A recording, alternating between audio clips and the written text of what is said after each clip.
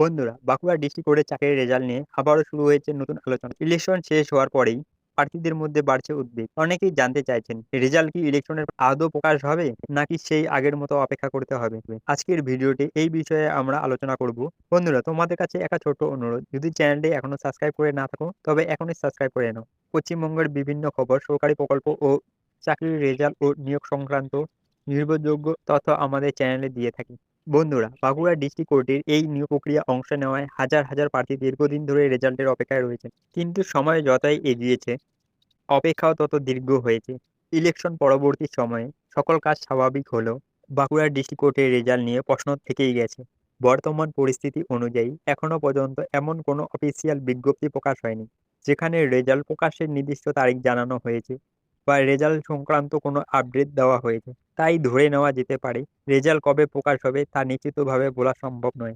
অন্যদিকে social media ও ইউটিউবে বিভিন্ন ভিডিওতে প্রায় দাবি করা হচ্ছে রেজাল্ট বেরিয়ে গেছে, আগামীকাল নিশ্চিত রেজাল্ট। কিন্তু এই ধরনের দাবির সঙ্গে কোনো সময়ে কোনো অফিসিয়াল নোটিশ বা প্রমাণ থাকে না। তাই এই ধরনের খবর দেখে বিভ্রান্ত না হওয়াই ভালো।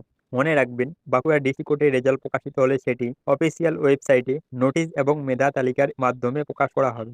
তার আগে কোনো খবরই নিশ্চিত বলে ধরে নেওয়া ঠিক হবে না। তবে নির্বাচনী পরবর্তী সময়ে প্রশাসনিক কাজগুলি গতি পেলেও এই রেজাল্ট নিয়ে কিন্তু কোনো এখনো সরকারি ঘোষণা প্রকাশ হচ্ছে না। তাই যারা এই পরীক্ষার প্রার্থী তাদের কাছে একাই অনুরোধ, ধৈর্য ধরো, অপেক্ষা করো, অফিসিয়াল আপডেট আসার উপর ভরসা রাখো। ধন্যবাদ।